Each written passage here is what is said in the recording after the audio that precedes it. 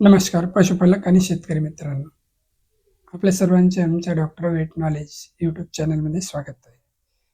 आज आपण वैरण विकास या योजनेअंतर्गत जी तिसरी सब योजना आहे, mini TMR total mix ration उपकरण खरेदीसाठी अनुदान, ही योजना आज आपण पाहणार आहोत.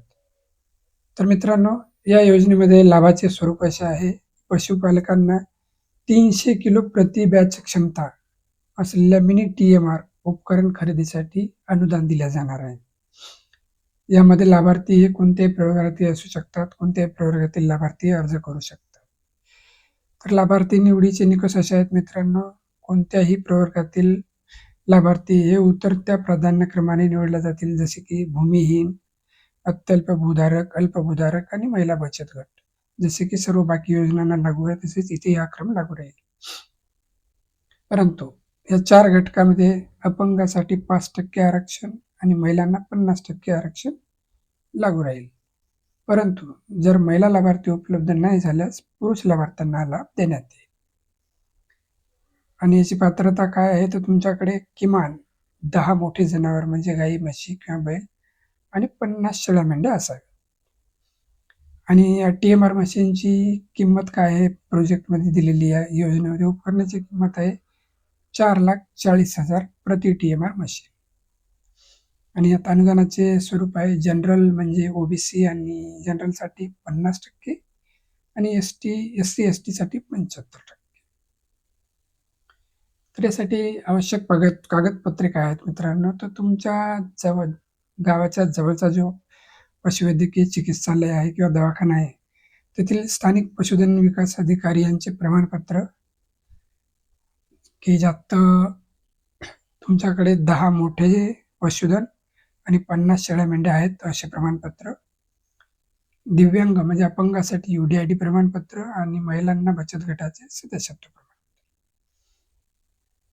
तर मित्रांनो, या अटी आणि शर्ती काय आहेत या योजनेच्या, तर तुमची निवड झाल्यानंतर म्हणजे 1 महिन्याच्या आत लाभार्थ्याने म्हणजे तुम्हाला स्वतःला 300 किलो प्रति बॅच क्षमता असलेल्या मिनी TMR उपकरण खरेदी करून खाद्य उत्पादन युनिटची उभारणी करायची आहे. म्हणजे तुम्हाला तुमच्या स्वतःच्या पैशाने सुरुवातीला ही मिनी TMR मशीन विकत घ्यायची आहे आणि त्याच्यातून खाद्य तयार करायला सुरुवात करायची आहे. लाभार्थ्याने केले उपरोक्त प्रमाणे विहित केलेल्या कालमर्यादेत खाद्य उत्पादन युनिटची उभारणी जर तुम्ही करू नाही शकला, तर तुमचं नाव हे मूळ प्रतीक्षा यादीतील शेवटच्या क्रमांकावर जाईल आणि पुढील प्रतीक्षाधीन लाभार्थ्याला तुमचा लाभ देण्यात येईल. त्यामुळे 1 महिन्यात वेळ दिला, 1 महिन्यात कार्यवाही करणे गरजेचे आहे. तुमचा TMR मशीनचा खाद्य उत्पादनाचा प्रकल्प सुरू झाला, की तुमच्या कार्यक्षेत्रातील तालुका पशुसंवर्धन अधिकारी म्हणजे TAHO यांनी कार्यक्षेत्रातील संस्था प्रमुख यांच्यासोबत संयुक्तपणे ते तपासणीला येतील आणि ते त्यांचा तपासणी अहवाल सादर करतील.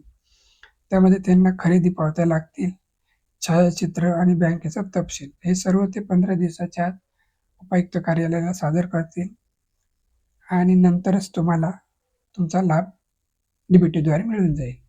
तर या योजनेमध्ये निर्धारित केलेल्या खर्चापेक्षा जास्त जर खर्च केला, तर या फरकाची रक्कम ही संबंधित लाभार्थ्याला म्हणजे तुम्हाला तुमच्या खिशातून द्यायची आहे. आणि शेवटी अंमलबजावणी करण्याबाबतचे बंधपत्र तुम्हाला या योजनेमध्ये सादर करायचे.